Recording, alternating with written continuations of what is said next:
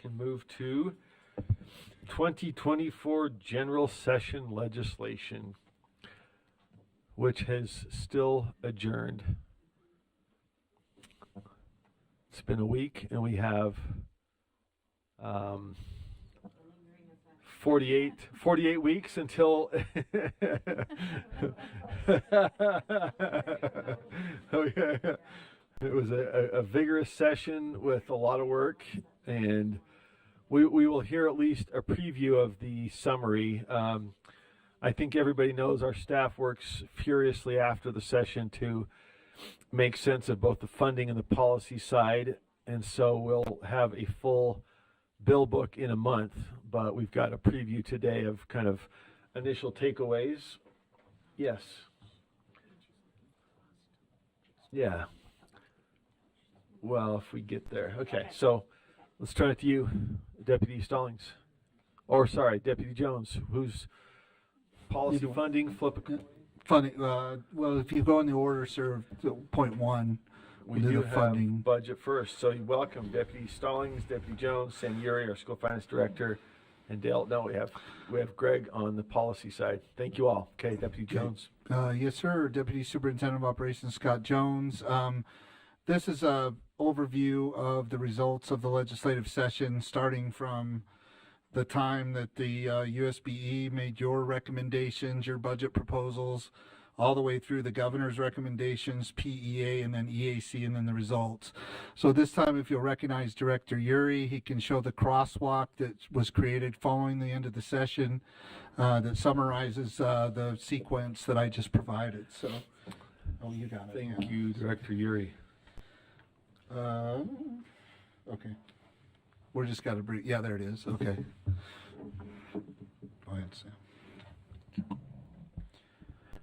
Sam Uri, School Finance Director. We recognize this is very detailed, but it is a helpful comparison to see, the board's requests moving all the way down to what was ultimately funded. And we have covered this in some of our legislative board meetings. Some of the PEA actions, the Public Education Appropriations Committee actions.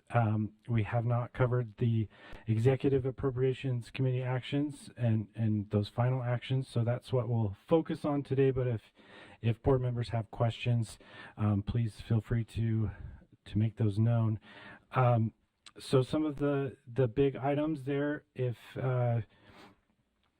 we go to the discretionary WPU increase, that was kept at the 1.2% discretionary level for a total of 5% with that 3.8% statutory inflationary increase. The Executive Appropriations Committee did add $10 million to the PEA recommendation for educator preparation hours, so that ended up at $74 million. And if I can orient you to the chart, the first two yellow columns there, the ongoing and one time are what was actually funded. That column that just says EAC for Executive Appropriations Committee, those two columns to the right are a comparison with the PEA recommendations. So not trying to confuse you, but just kind of highlight some of those differences. As we go through here, we have the Beverly Taylor Sorensen arts was reduced from the PEA, but the language to have that new money only be for existing programs was removed. We can go through the reallocations later, but we did have the $100 million one time funded for the school safety program through HB 84 with 2.1 million for that ongoing early warning system. As we can scroll down here, some other items of note are the $101 million for the K-12 property insurance pool. Sorry. scroll over here. Right here. Yeah, line 33, but we're gonna stay right there. So just coordinate with him so they can see. Yeah. And again, apologize. It's comparing a lot of different scenarios here. I understand it. It may be somewhat hard to see, but we have 150 million one time from the SB 173 that kind of revamps the teacher salary supplement program, and all of these are coming from the Public Education Stabilization Fund. These large one-time allocations. We also saw 30 million towards small school district capital needs. That has been 50 million the prior 2 years, reduced to 30 million this year. And if we go to the bottom there, just kind of comparing, really it was, a lot less ongoing money than was recommended by PEA. As we all knew, it was a flat revenue year, and there were different things chosen to be prioritized. So with that, it's really, I think the most important things there are absolutely the WPU increase, and then some of those decisions on how to allocate the large amount of public education stabilization funds. But happy to take questions or comments on kind of those final allocations. Questions, comments? Member Davis.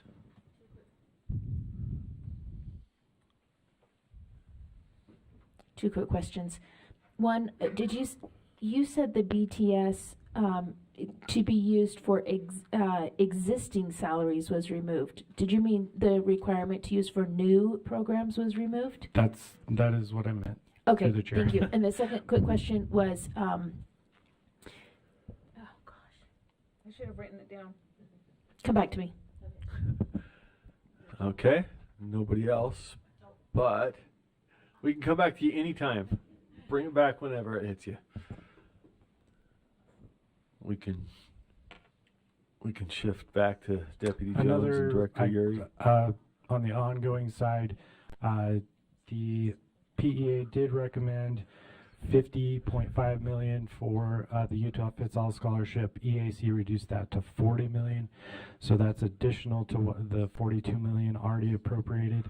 It would now be 82 million available for fiscal 25 in the Utah Fits All Scholarship. Okay, Member Vargas. So just to clarify, that means they actually have 82 plus 45, No. right? No, 82 total Total. ongoing. But they were already allocated 45 million in the They were initial already bill. Allocated 42 in last session, Uh-huh. so that was in the base. So an additional 40 this year was So was it's an added. additional 40, or it's an additional 40 each fiscal year. just right now. It will be 82 ongoing, subject to further action. Yeah. Okay, so if they were to So it's go not into like their it's bank built account, in to would it add have 40 every year. the 42 plus the 82? Or they just added a one-time allocation of, So it was at 42 ongoing. They Mhm. added another 40 ongoing, but that doesn't start until fiscal 25. So it's 82 million ongoing right now, and that's static. so fiscal 25 meaning literally next June. July 1, yeah. So they'll have $82 million to put kids in private schools next year. Correct. Okay.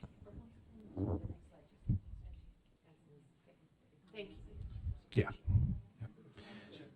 No, Other questions, comments? Back to you, Director Yuri. Back to Deputy Superintendent Jones? No? Got a light? Back to Member Davis? Yeah, I remembered. On the 50 million that was reduced to the 30 million on the small district capital needs, there was talk that that was going to become a loan rather than an allocation. It's not a loan. Did they change it back again?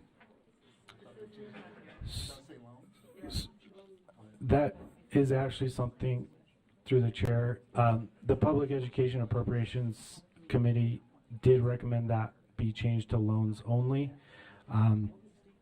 I will follow up and see if that was the final intent of the Executive Appropriations Committee, because it may not be well utilized if it's only loans. Yeah, well, how are they going to pay it back? The whole point is they can't even get the, Yeah. anyway. So That was a Okay, thank you. significant point of discussion. We understood it ended up on loans unless there was something else. Is that right? Is that how you saw it? There was a lot of push to go to grants, but I don't remember seeing it switch to grants unless somebody else did.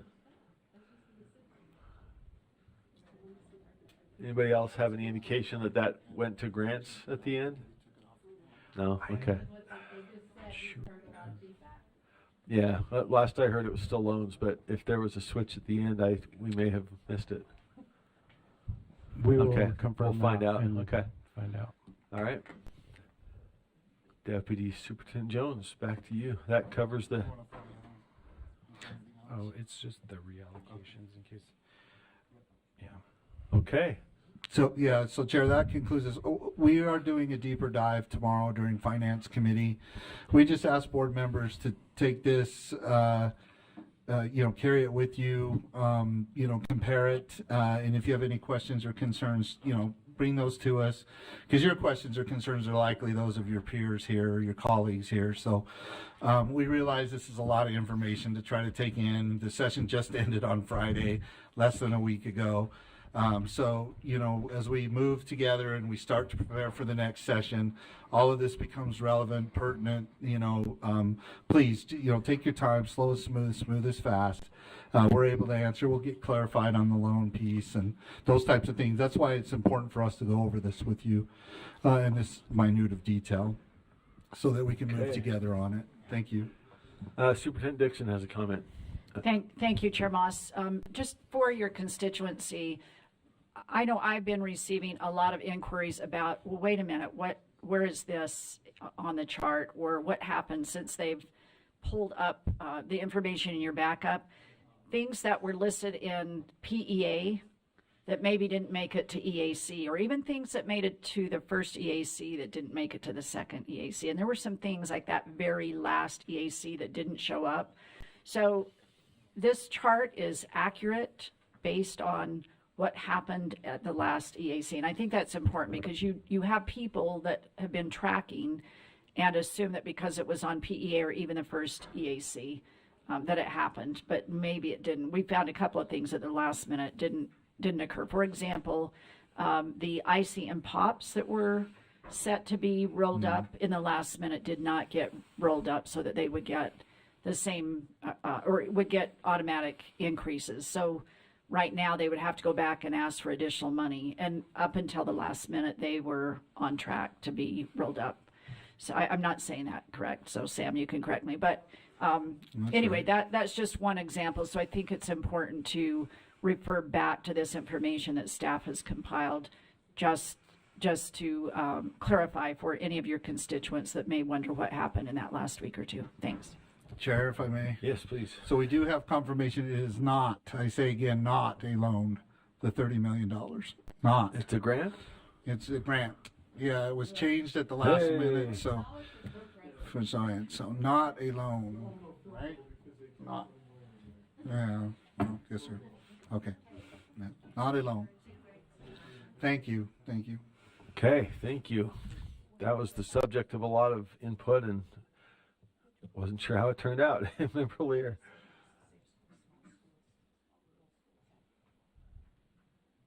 Member Lear, I think you're on. Yes, I just had a question. Line 31, the school fees amendments. I'm trying to understand, well, I've got a couple questions. So it's 35 million and a half, and it's one time. And I'm similarly to an earlier question about another program, I'm troubled that that's not going to be very helpful.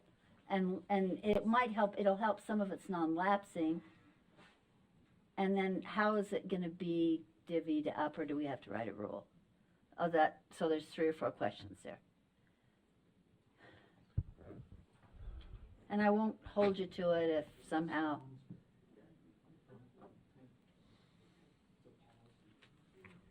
That, so Angie Stallings, Deputy Superintendent of Policy, and I need to look at that bill again to see if it has a distribution formula in there.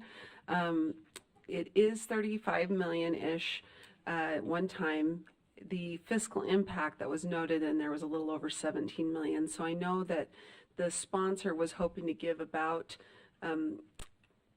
funding to kind of taper down over 2 to 3 years, with the idea that the first year LEAs would use the full 17 million, but then the next year maybe half, and then you know, as they're whittling down or kind of weaning off, they're dropping programs like that.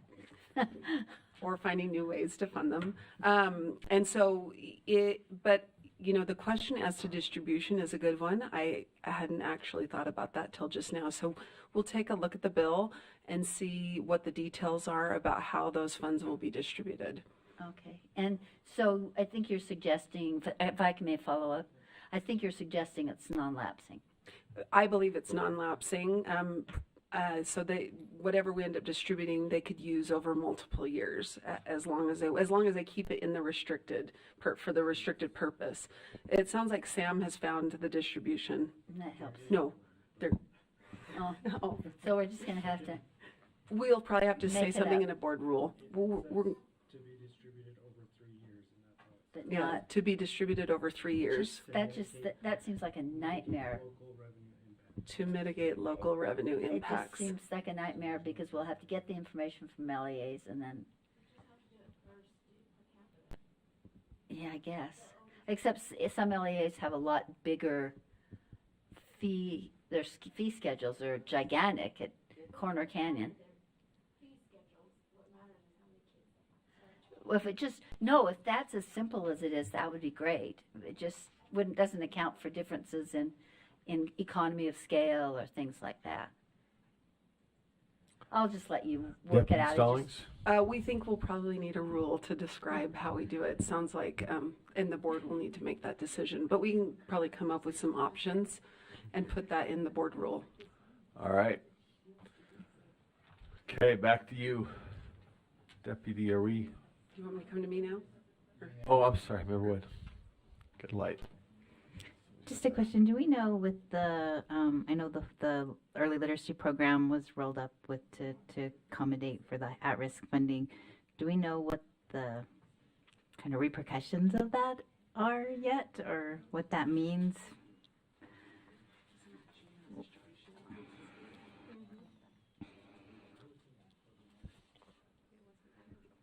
May I ask a question? Sure. Do you mean programmatic impacts Yes, or both. distribution changes? Okay. Well, mostly programmatically, probably. I'm more concerned about what our LEAs, what we are going to do with that early literacy money gone.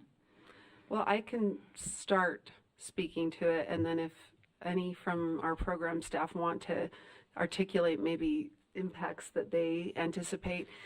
So the difference in the two funding, the ways the funding are structured, of course, when you had it as a line item under K3, those funds could only be used to support students in grades K3, which meant that they were going to be staff usually who are working in elementary schools. Once that funding loses that restrictedness, if you want to call it that, and is now over in another formula. One impact is going to be you might have a couple of LEAs that receive a little more or a little less, depending on the demographics of their district. But now the schools, primarily elementary schools, will likely need to work with their districts to say, okay, now that we don't have the K3 reading program or the early literacy program anymore, are we going to be able to continue to receive the same amount of funding from the add-on to support the services they were using? My guess is it's really more about funding and how they're going to get, if they use those funds, for example, to support paraprofessionals in the classroom, now that funding would likely need to come from the at-risk add-on. So it'll really depend on each LEA and how they structure it, but there's nothing that's going to prohibit an LEA from having the exact same staff they had the prior year, for example, right? Because it's not that the money went away, it's in another place. The LEA could choose to dedicate more of their at-risk add-on funding for those purposes, for example. That's very helpful. Thank you. One other question. I thought there was some intent language that removed some statutory language about the early literacy. Is that program, or what was removed? Yes, there was a whole section. So there's a number of sections of code related to early literacy. So there are some sections that are related to what some people say 2022 SB 127, for example. That's a different section than the section of code that was related to what had originally been the K-3 reading improvement program, and then it turned into early literacy. So yes, there are some requirements that are now removed. There's a section of code that was repealed. There's a plan, I believe, that will no longer need to be submitted. But there are elements still related to goals and other aspects of early learning that are still in place. So not everything was removed.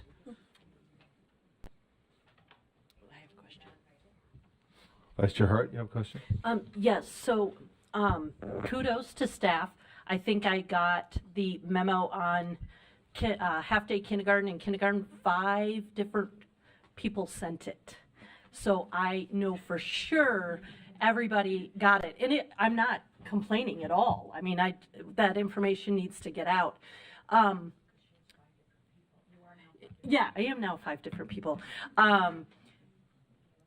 I'm asking about things like the early literacy. When will the field get, I understand when the money side, the timeline for that, but when will the information about what's not required, what is required? I mean, there's data collection, that plan had a lot of details.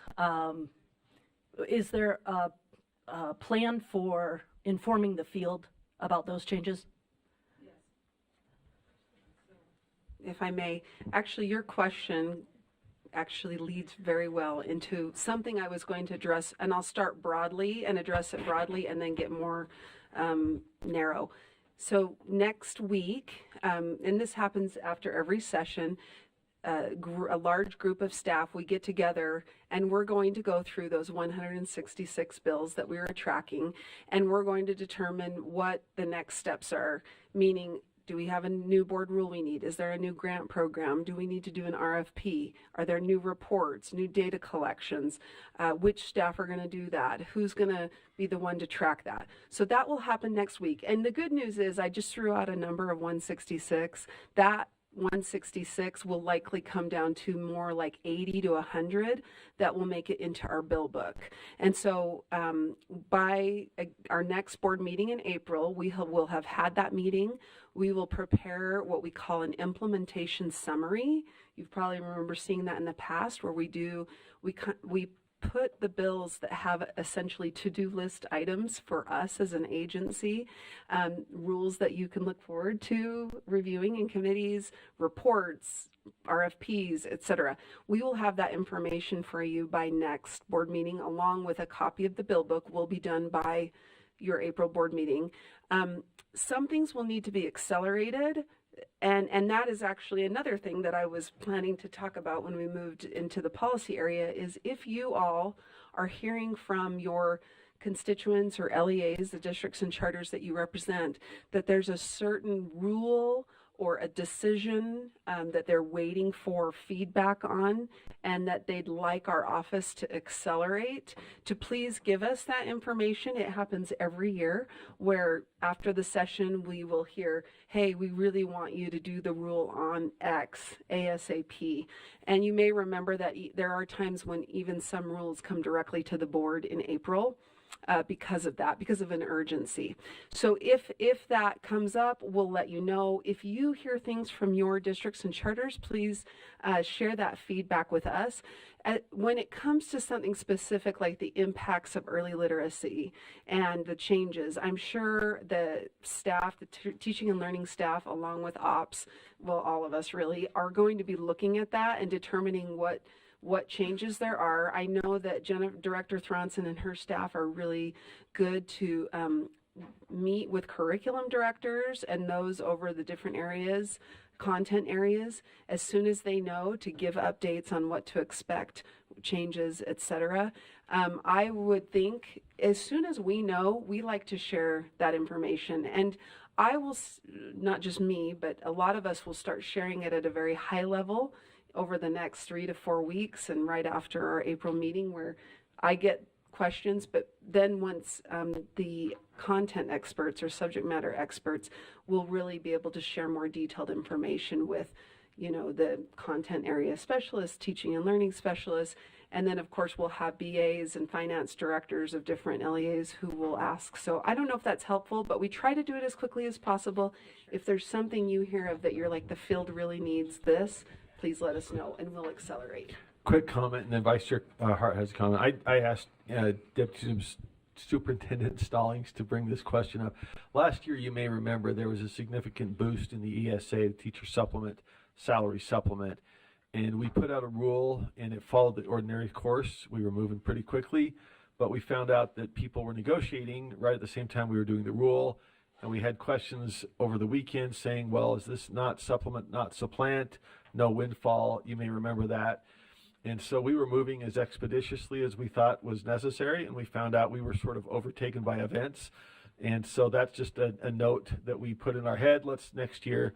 So if you're hearing anybody in your LEAs saying, hey, are you guys making a rule? Again, our staff does a very good job prioritizing, but if you hear something from the field, just throw it into us, please, so that we can make sure we put that one to the head of the line. Sometimes we're just not entirely, aware that it may have some of that urgency. So that's the reason for that request. Vice Chair Hart? Just as a general rule or guideline, so some of these changes cause a loss of staff.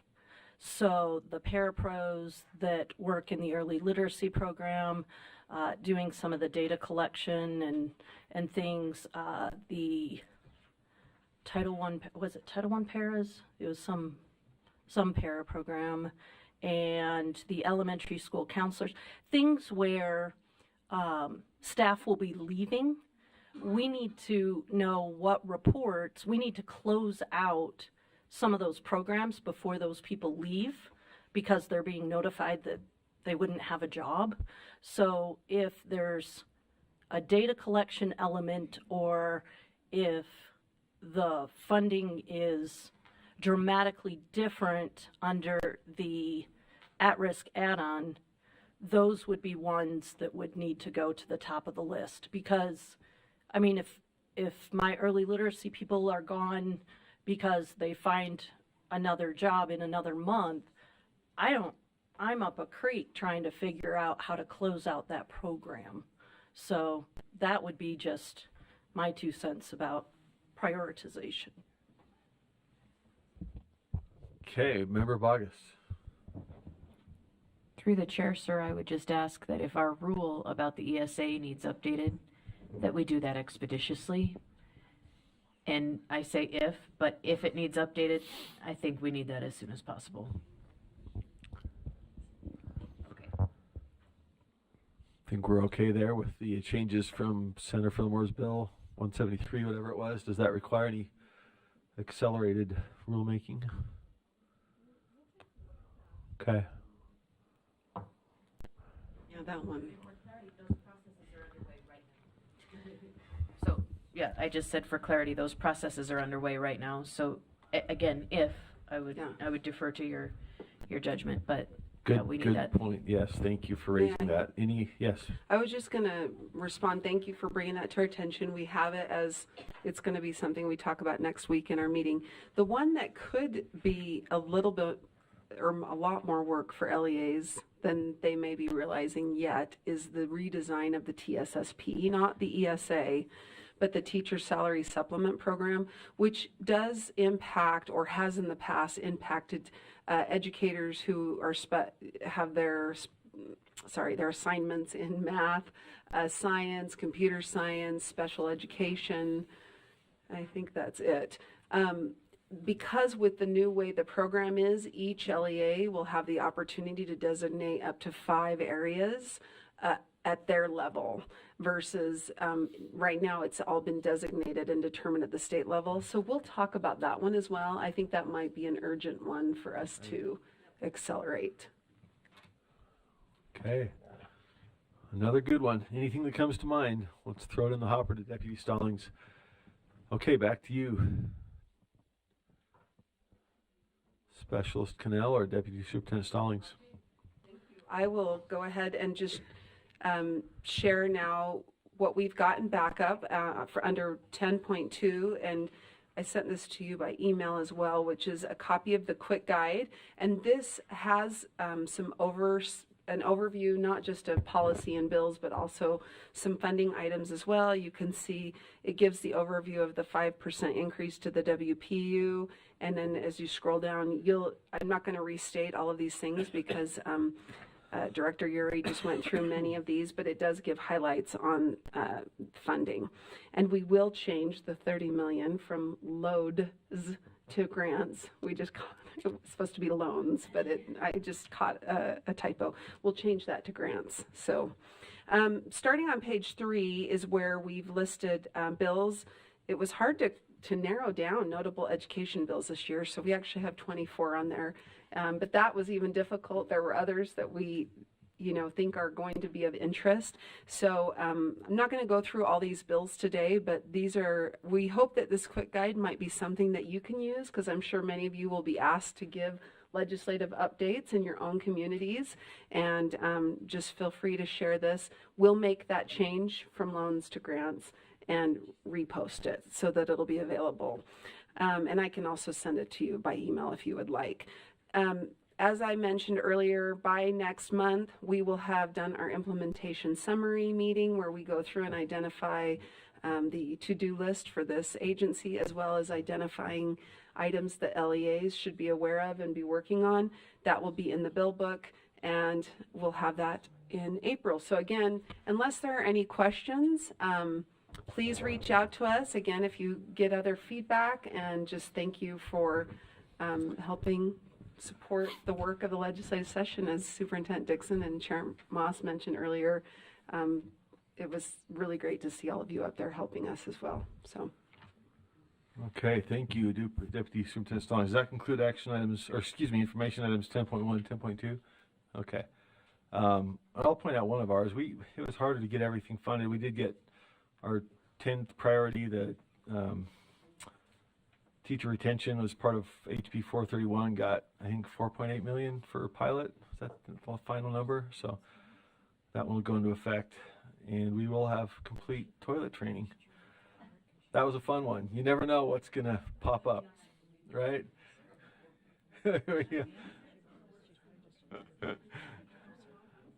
There's important stuff that you just don't think of. So okay, we also Superintendent Dixon.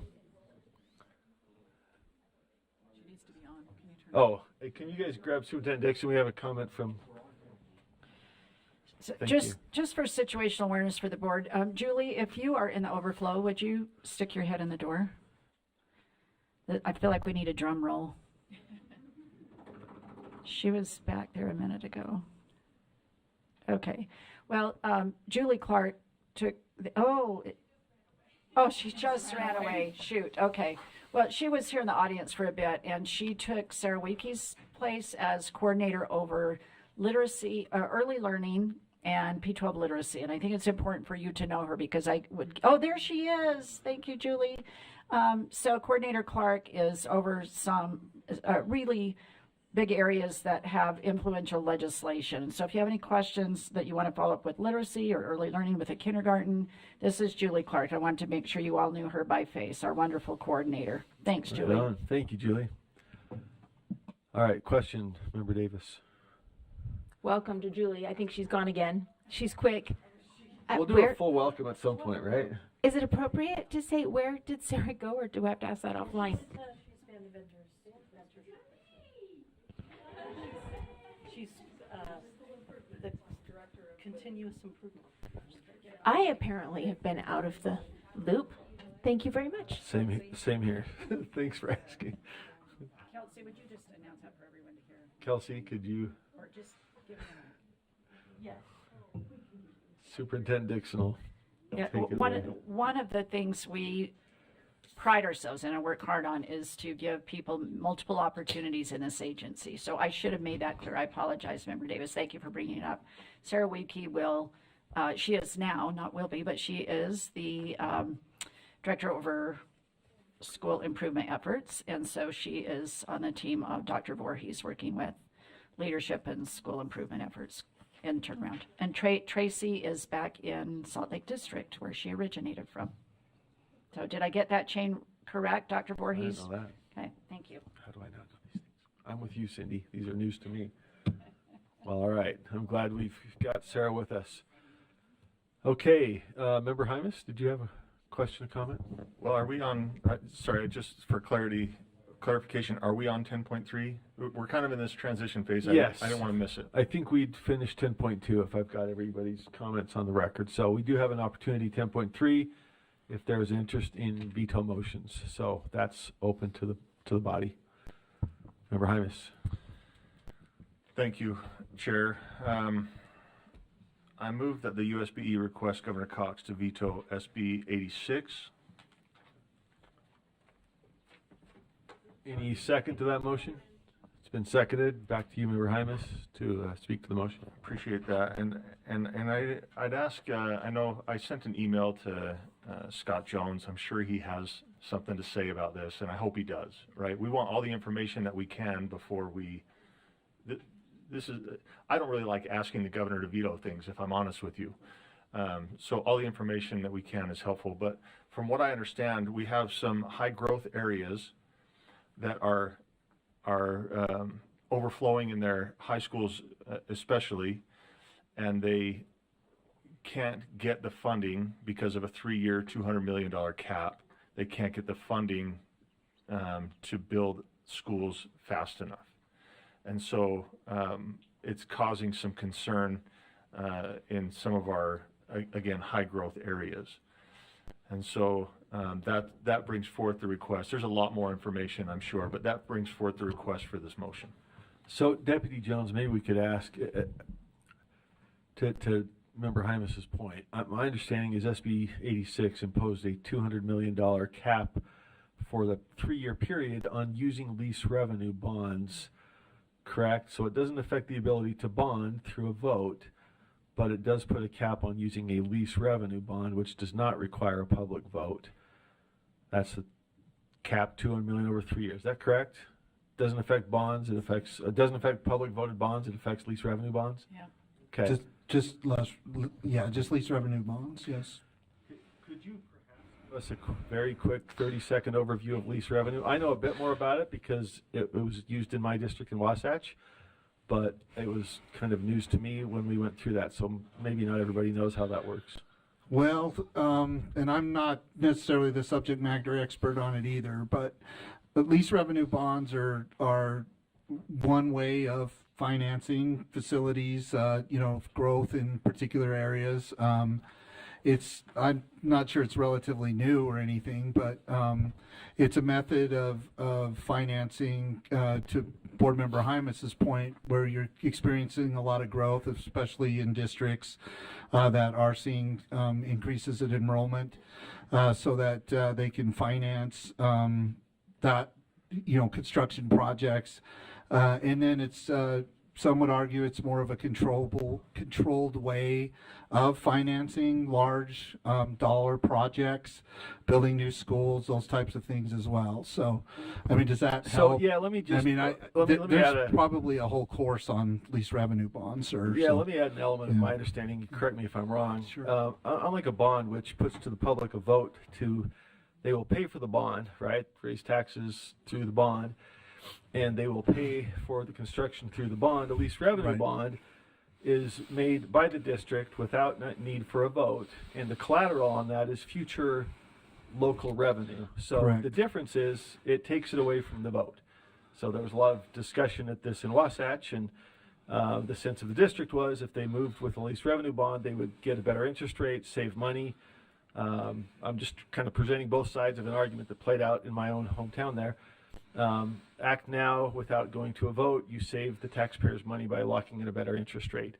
The objection from the other side was they didn't get to vote on it. And so it's a unilateral action that can collateralize expected future local tax revenue to pay for it. My understanding was it developed for prisons where you have a building that was the collateral for the money that was allocated and kind of loaned. You go out and get debt using the prison building as collateral.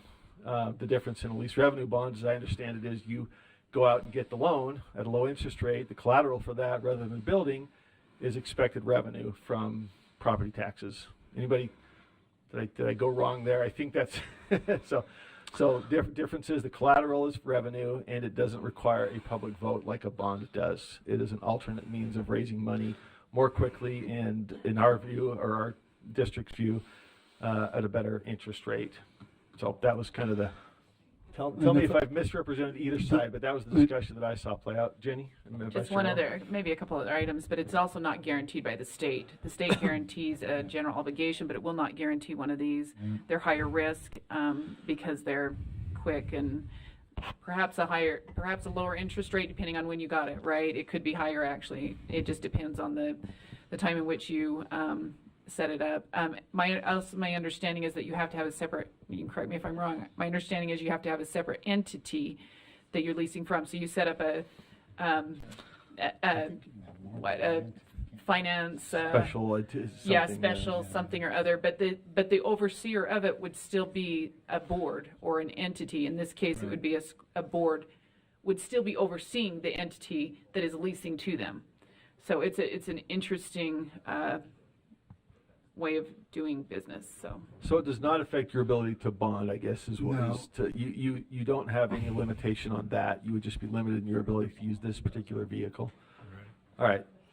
Yeah, we have some more clarity for it as well too, if we may, sir. So I guess, if I may, Sam Urey, School Finance Director, and this is actually directly in the bill, but there are public notice and then hearing requirements that didn't exist prior.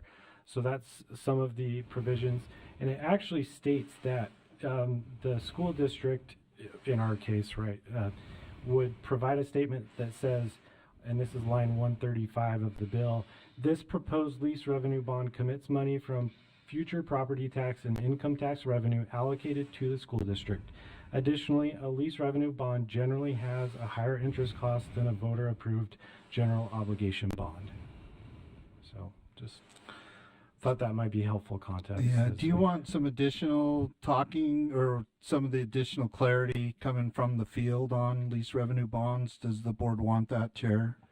Questions? Anybody?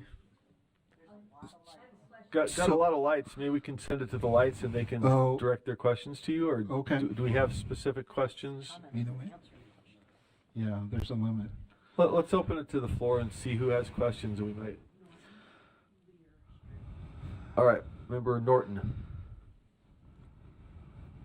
Just because we're going for brevity, I'm going to use my written comments and then I won't get off on a tangent. I think we have to provide even more pathways to house students, not less. The 100-year model of building a school for each community when the population warranted is quickly becoming obsolete. The fluidity of the populations, the demand for choice, and new pathways, all of which demand different types of facilities, many of which will not have to be permanent. And lease revenue bonds are just the start. We need about 10 different options. You know, just like we have options in school, we have options in financing, and I don't want us to be limited in those options. I'd like us to see our economists and our finance people finding more. Thanks. Member Lear. Oops, my bad. Hold on. I can do the same thing as Kristen to try to be brief. Is this just one option for districts? Districts only? I mean, they can do bonds. They can, Yeah. I'm just saying it's another option. It's another A option, much yes. simpler question than it sounds. Yeah, through the chair to Board Member Lear's questions, it's an option, yes, another option, Right. yes. And does this benefit charters in any way? I'm seeing a No, shaking you of the prob- head. Yeah, I can't see how it would benefit charters. I don't think they'd want to do it anyway. Right. Oh, Yeah, so so they couldn't. can't tax, right. So that's, and next question then, what was Fillmore's, does anybody know what Senator Fillmore's impetus was, or, why he proposed this bill? I don't know either. Okay. And then the board that votes Public. does the local board vote to use this option? Is that who it would be? And then after a series of public meetings and notices, et cetera. Chair, can I use this opportunity to clarify some Sure. things about some of the Please. talking points? So we're on sub 3, right? There was a third substitute to the bill, is that right? Yes, okay. So as it relates to the arbitrary cap, that's that 3-year rolling cap of 200 million, limits the district capital funding flexibility. We talked about that earlier. There's some concern that, with, I think, what was construed as, public facing knowledge, or that the public doesn't know about these types of activities on the board level. The required notice language is not necessarily true for all debt scenarios and obscures other financial considerations such as significant inflationary cost for construction. There's the proliferation of notices. 17 Delta -2-601 required similar notices as lines 131 through 159 of the bill, 131 through 159, which will create potential double notice requirements. There's the confounding notices, lines 185 through 188 requires the building authority to provide the same notices as the school board. This is duplicative. So my point is that there is, the boards do have to provide notice, right? There is notices of these actions that take place. Lease revenue bonds is not necessarily what many may interpret as a secretive act of the school board. Again, I'll refer to 17 Delta or 17D -2-502 and 17D-2-601. An enhanced notice to the public is required to replace a failed GO bond. So if there is a general obligation bond that fails, there's still notification that has to take place there as well. There's 30-day notifications of, or by the board that they're considering these types or this type of action. Again, it's not the only thing, it's just one additional opportunity that a board might have. So those are, staff are not taking a position in any way, but those are just clarifications that we wanted to bring up from the field. Thank you, and we can go Spurgeon. And again, just for, since I think I had the most recent and, kind of illustrative experience with this, there was a general obligation bond that was being prepared for the ballot, and in that you vote, right?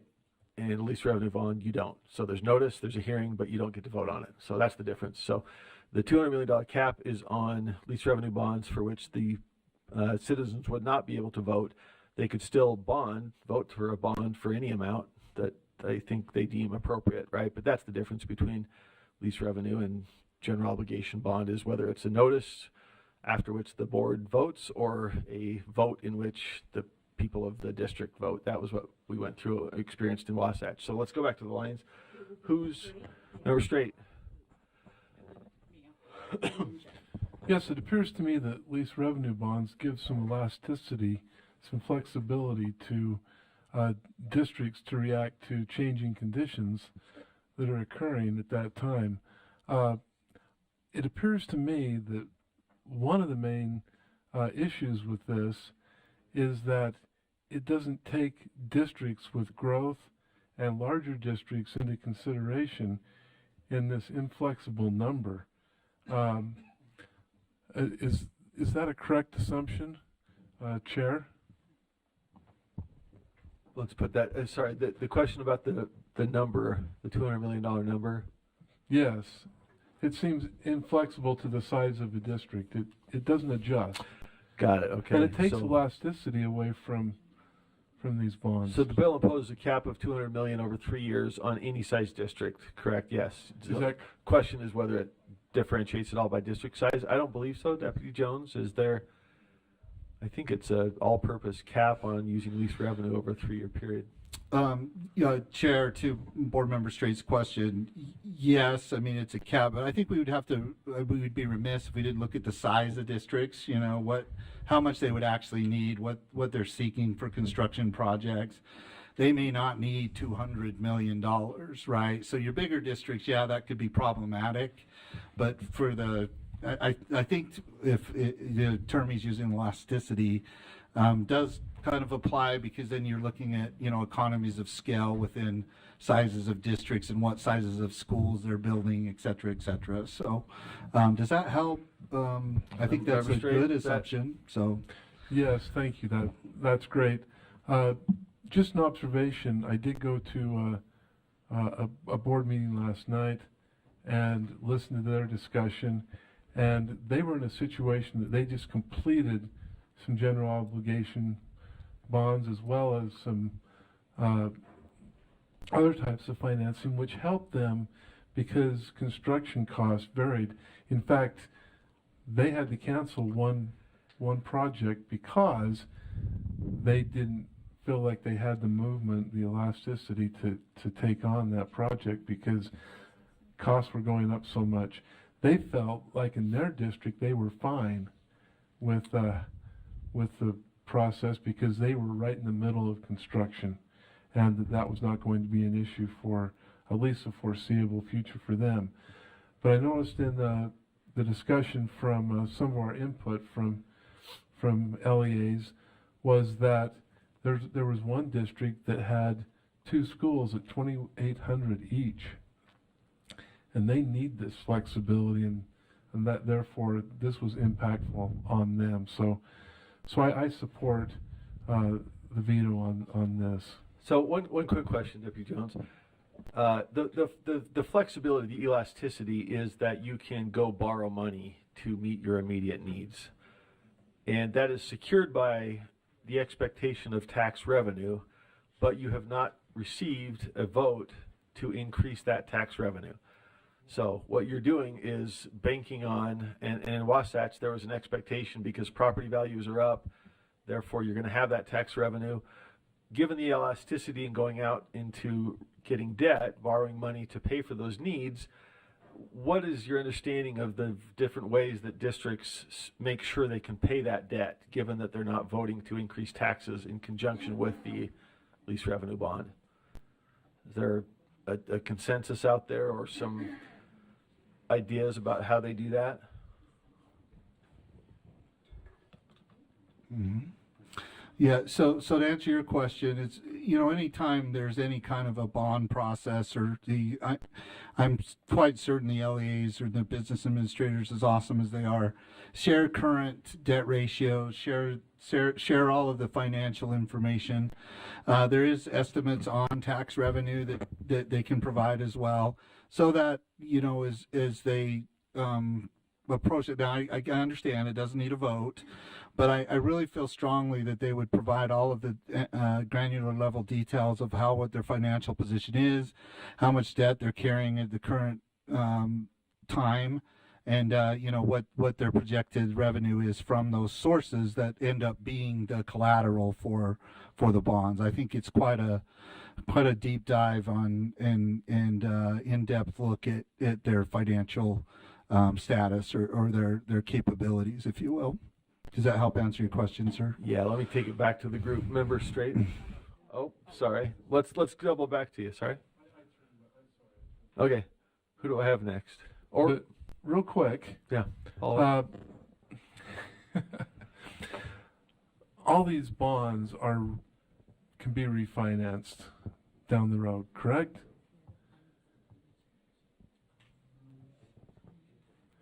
There might be a time limit. Yeah, I think there's the appropriate answer to Board Member Straight is it depends. You know, there's the covenants or the agreements of the bonds, those types of things. We'd have to look closer at before I could say, well, yes, absolutely, they're all subject to that. So that's kind of a mixed bag, because if you have a revenue bond, you have to advertise for that, and districts put out tens of thousands of dollars to advertise that, which may alleviate the gap between higher rates on a less secured debt. And so that's my experience as far as from a different entity side, that sometimes there are contractual obligations for a certain period of time before you can refinance those. But it varies, and I don't tend to be an expert on it, but that is my experience. And we are in a fluctuating market with interest rates are high right now, but the expectation, depending on inflationary factors, is that rates will begin to fall probably in June. But I am not an expert, and I am not predicting that. I'm just saying that there's lots of things to consider, and let the LEAs consider all of that based on their needs. Thank you. Yeah, I think as I understand the difference is if you secure the debt, the loan, and property values drop and therefore tax revenue drops, you're in danger of not paying it, and you might have to go back to the voters and ask for more, because that's your security is the expected revenue from tax.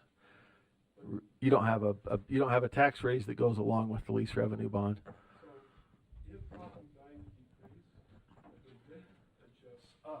You're collecting the same amount of funds. You're not collecting extra funds.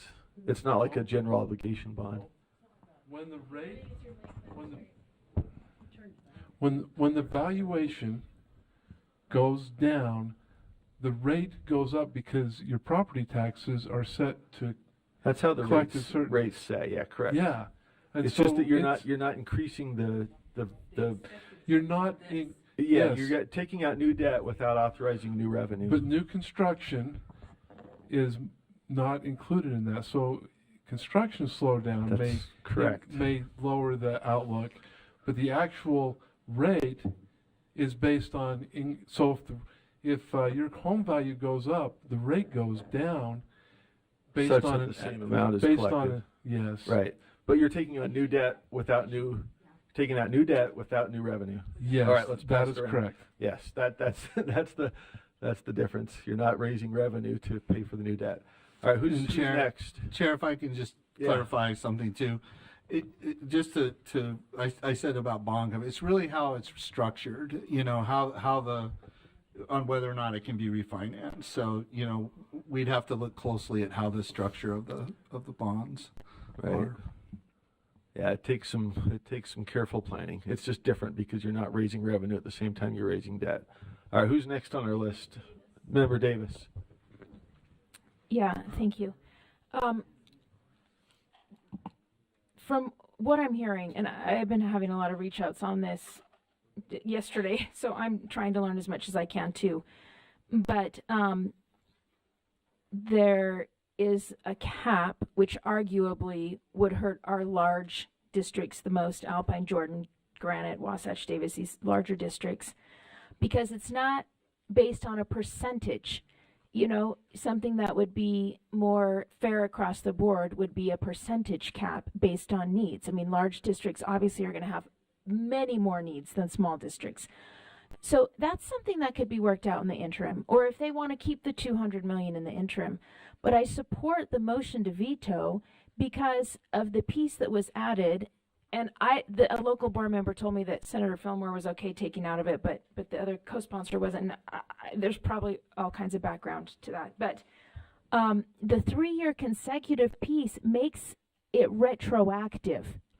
And we typically don't do this in code or rule at anything, once in a while, a long while, but usually we grandfather people in so they understand the expectation from here moving forward. We don't retroactively make it punitive. So, for example, if a district needed to build a new school as is needed in Member Hymas's area, I'm going back to their local board members' email. I mean, one of the feeders already has 2,900 with an annual growth rate estimated at, or has been and estimated at 200 students more. And then Cedar Valley's already at 3,200 with similar growth rates in these high growth areas out in Eagle Mountain area. So they have to build now. I mean, the kids are coming now.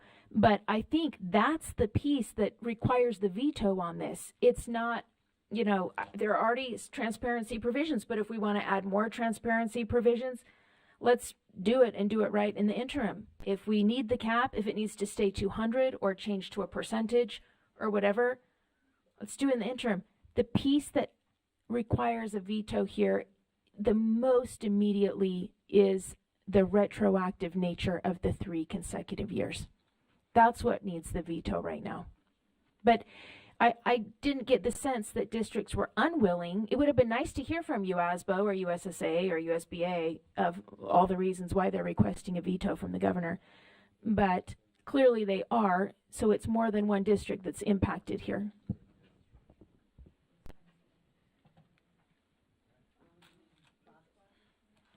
All right, who's next? Member Bogus. So I noticed that during the legislative session, we used our voice to oppose or to support very sparingly. And so I think this is something we should do very sparingly. And as I look at this, this bill and who voted for it and who voted against it and how it went through the process, there are people that I deeply respect that voted against it, and there are people that I deeply respect who voted for it. But I don't know where I stand on this, but I don't know that we should be taking this action on something that was carefully considered. That's what I see in the votes from the legislature, is that it was carefully considered probably by all sides, because there are people who usually land on the same side that typically did not. So anyhow, those are just my thoughts. Thank you. Okay, Vice Chair Hart, are you? Or I'm sorry, Earl. Let me see who's our line. Sorry, Vice Chair Earl. Okay. You are yeah. on. And maybe along the same lines of what Board Member Bogus just said, I think the provisions in here, this has been moving for not 3 weeks or 2 months. This has been in legislative committees, interim. Originally it had a cap of 30 million, then 90 million, and now it's 200 million. I just think where it is risky, meaning that they're taking out something, just like has already been explained, there's risky elements to it, and it has been vetted. I don't think this is an area currently that we want to wade into. If districts want to do that, that's great. I would not advocate it for this veto. I do think that they tried to put provisions in here so there was clarity for the public, that they could, it was more transparent as what was taking place, and more about the lease revenue bonds, which have been used more frequently for various reasons over the last few years. The interesting thing about the consecutive is I think it prohibits the use of like 3 years, 200 million, and then 3 more years, add another 200 million. So there is some elements to that that play out, that create what I would consider a responsible financial understanding for communities. Yeah, there's probably some with more risk, but at the same time, or not more risk, more need. At the same time, some of your smaller districts are not going to, I mean, you're talking a $200 million threshold for what's considered maybe emergency funding. I don't think it's a wise idea for us to wade into this. I think that, I think if there's need for change, that it can come this next legislative session. During interim, we should have discussions about it.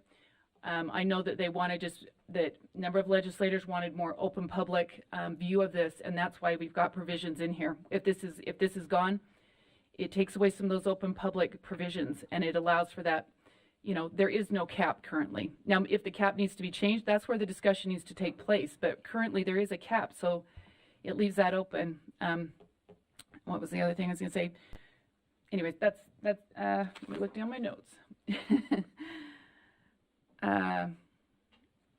Yeah, I think some of these came about, and there was probably a need, but there were failed bond obligations or bond that was the general bond that was put out for the public, and the public voted no, and then to have the lease revenue bonds, and understanding that some of those were, we have the growth going on, we need some of this funding. I think they've allowed for that provision.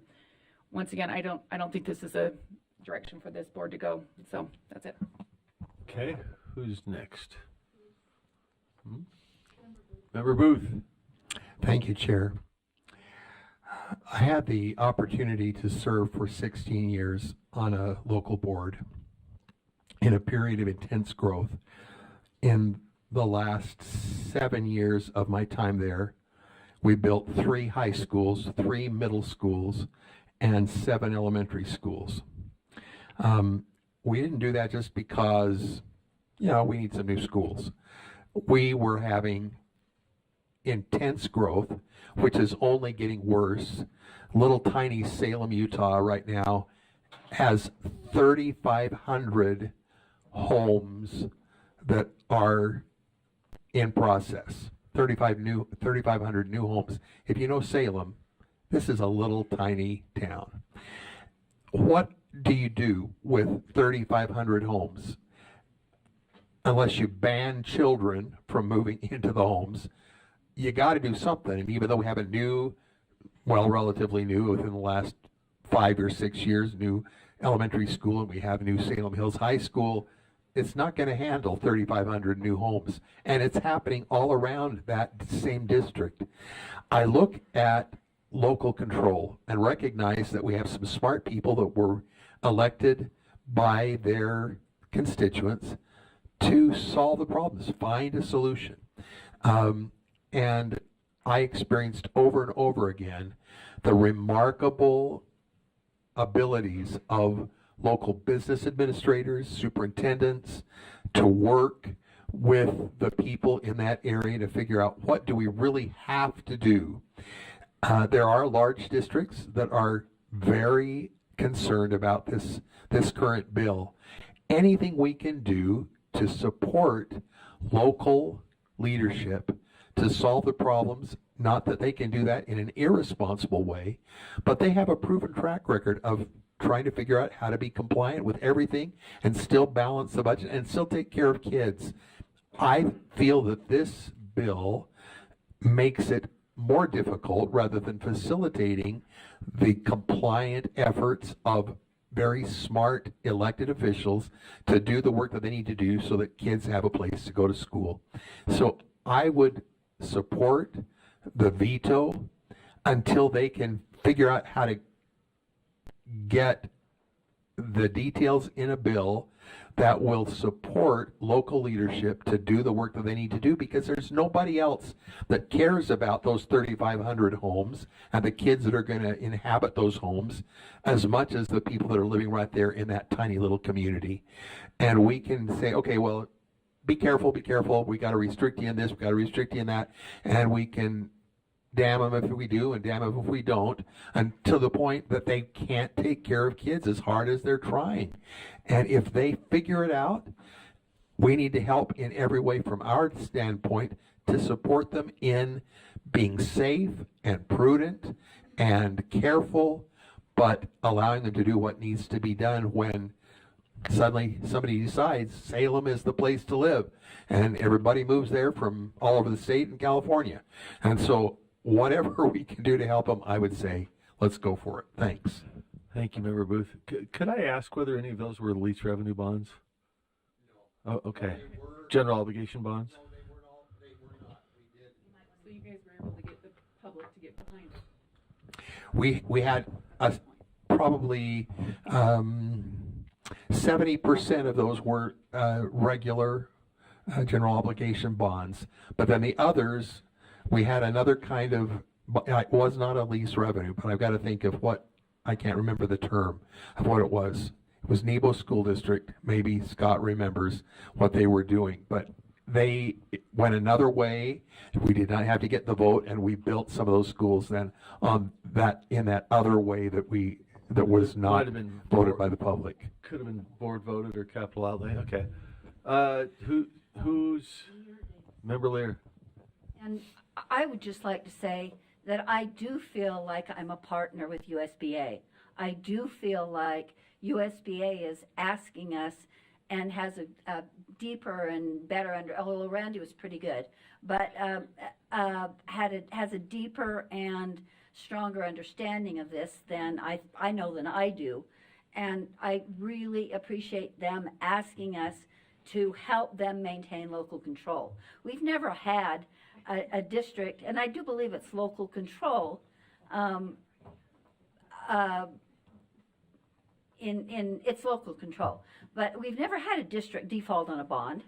We've never had a district that's closed its schools and left the state high and dry.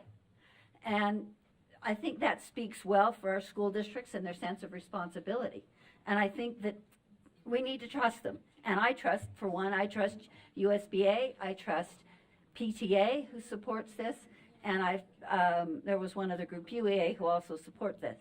So I think this is a really good way to show that we believe in local control, we trust you, and we will support this effort to ask the governor to veto it. Probably won't veto it, but I think we should ask.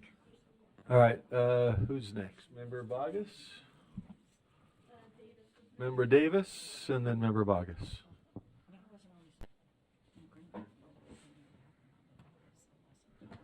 Yeah, thank you. I think this can be a yes and. I mean, the points that Jenny brought up can be a yes and. Start it in 2025. Give people fair heads up so that they can plan appropriately. We have local leaders that plan and watch and calculate and predict, and so to pull the rug out from under them, and there is a raging debate if this was punitive intentionally or not. I'm not going to go there because, quite frankly, it doesn't matter what the intent was. The reality is it is punishing the families in Eagle Mountain, Saratoga Springs right now. So they need to build now. And there are other districts too that I am hearing that this implicates negatively, but I don't know if any as immediately as those folks. There are a lot of education bills I'd like to veto. I'd like to ask the governor to veto. I'm not asking for those, and I didn't move this one, but I appreciate those that did. And there is a reason probably that UASBO, our business administrators, and our superintendents, and all of our local board members association is asking for this one veto, one. And I think that we can support as well and have it be a yes and in the interim. If you want to keep everything the exact same so we have this great vision moving forward, if that's what it is, give people a heads up and don't do retroactive things. Okay, Member Bogus.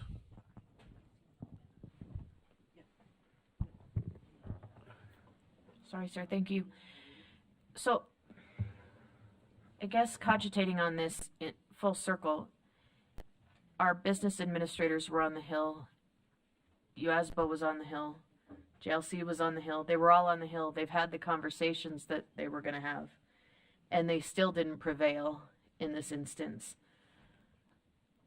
And I'm looking at the representatives from these areas, and most of them voted for this bill. So I guess I'm wondering how that plays out, and what good is it going to do to wade into this territory if it seems to be decided? All right, hold on. Let's, Member Bogus, the floor is yours unless you've concluded Maybe your it's a comments. rhetorical question. These conversations have been had over and over and over and over and over again, likely, behind the scenes up on the Hill, and I just don't know that this is going to prove fruitful, and I'm reluctant to get behind something that's going to cause more consternation and more conflict than where we could put our energy in other areas that could prove fruitful. It's just a thought. All right. Seeing no other lights, final comment I will make. I like local control, and I think the best form of local control is citizen voter control. And this allows some creativity, but with a cap, and I think that's a good balance, frankly. voters should be able to decide the amount they're going to put in for new buildings, and that's the general way to do it. And I think my district, for example, was creative and would have fallen right within this. And, you know, so I don't think this is an unfair burden to say there's limits to the things you can do without getting local control by the voters. So that's my reason for voting against. Deputy Jones, did you have a final comment? Sir, I just want to make sure I'm clear on something, you know, just to clarify. A lease revenue bond does not pledge taxes or new taxes. The district has to pay the lease, right? They have to pay the amounts. They decide how they're going to do that by way of their own budget process. Now, maybe down the road, They have to have revenue. yeah, they have to have the revenue. This is why I was trying to emphasize that the decision, you know, of the local board is really like, or should be based on that business administrator's presentation of their current revenue capabilities, right? And the ability to meet the conditions or structure of that lease agreement. So I just want to make sure that that no one is saying that, you know, if you do a lease revenue bond, that automatically means there's going to be new taxes or taxes. I mean, maybe down the road they have to do that, but I just want to make sure that that was overly emphasized. Yeah, it's really revenue based, it's budget based, it has to be a decision by the local board. So thank you, sir. Okay. Seeing no lights, let us vote. The motion is to request the governor veto SB 86 local government bonds amendments. Let's vote. Yes, Member Booth. If I may, I got clarification from the superintendent.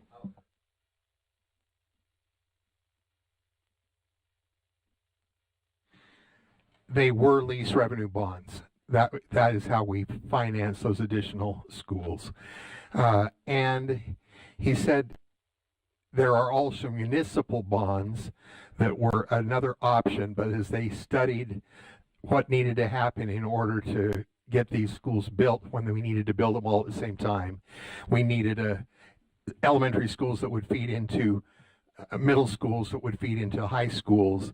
And because of the way they were restructuring in order to facilitate the intense growth in certain areas, we determined that it was the lease, whatever I just told you, lease revenue bonds. Yeah. And the other point that he says, it is the state's responsibility to provide buildings, and if they have to,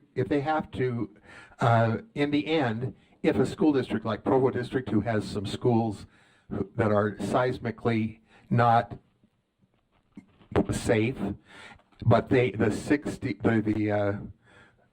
$200 million cap is not enough and does not allow them to replace this number of schools that they need to fix, then it's going to become the state's responsibility. And of course, the state at this point, being us, doesn't have a plan how we're going to do that. So they're going to have to figure something out at the state level to cover this this need, because the state is supposed to help them provide a safe school for children all over the state.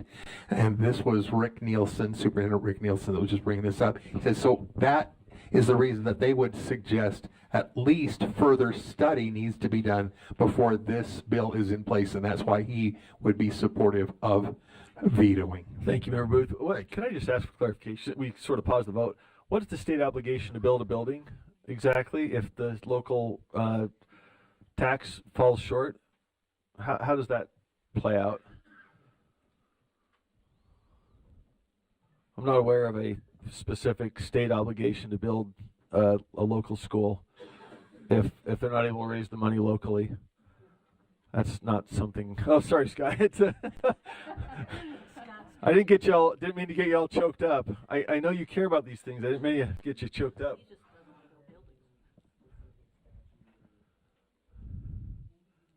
I'm not sure what that is, that the state has to step in and build a building, but all right. Well, we've had some good discussion. let's open the vote back up.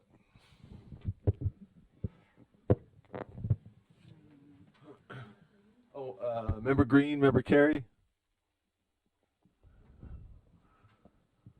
The motion is to support requesting that the governor veto SB 86. Carrie is a no. Carries a no. Member Green. Excuse me. Got all of us choked up. Member Green. I would say no. Okay, member Green is a no. And that's it. That motion passes 8-6 to 1. The no votes being members Green, Hart, Carey, Bogus, Earl, and Moss, with member Klein abstaining. Okay, so that motion passes. Any other motions? We have an opportunity for veto motions.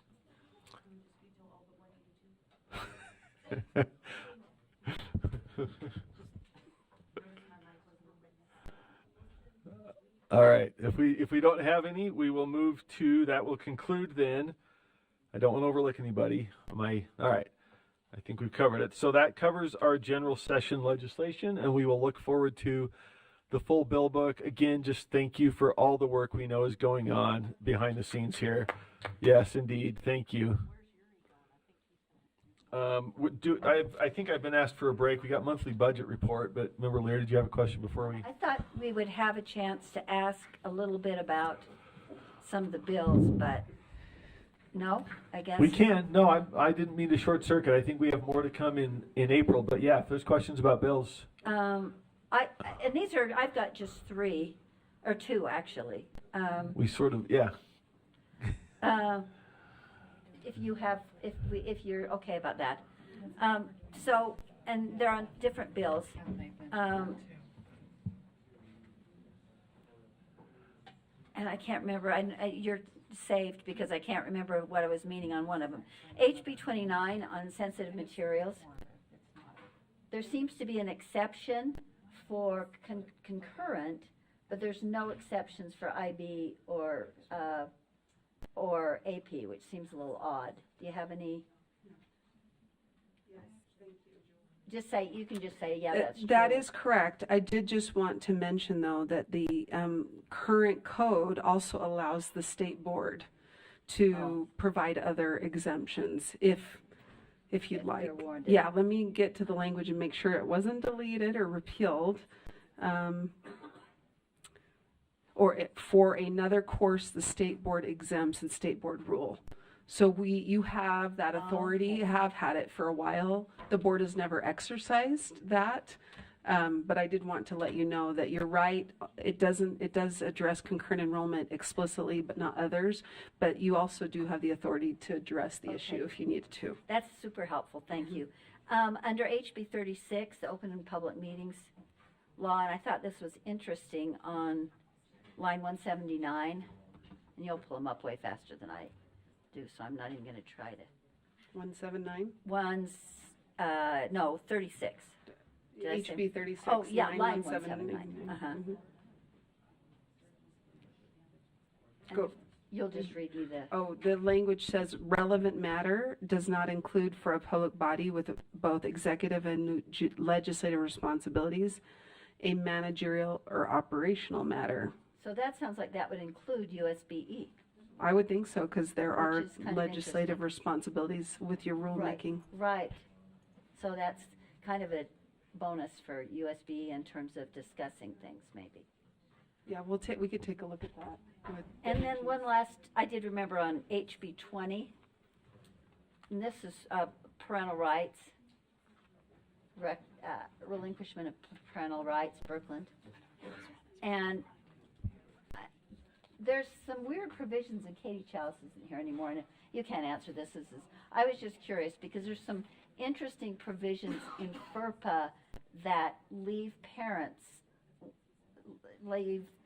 who've signed away some custodial rights, some vestige of rights under FERPA. I'm wondering if this means parents who relinquish parental rights have no rights under FERPA. We could look at that and ask Katie, and we could take a look at that and answer. I do not have the answer. It sounds like a really technical question, tedious question, but I actually had some experiences with that parents who are giving up some custodial rights, it's not clear if they give up absolutely everything under FERPA, if they could still have access to some student information. So I would like to see what it'll help. I think it'll help school districts understand how to deal with various sets of parents. Thanks. Those are the just questions I had. Okay, thank you. Thank you again. That will conclude then our general session legislation wrap up, and we will go to monthly budget unless there was a request for a break. Did I see a request for a break? Yes, I'm hearing yes. All right, 5 minutes. We'll be back to go into, 3 minutes, 3.5 minutes exactly.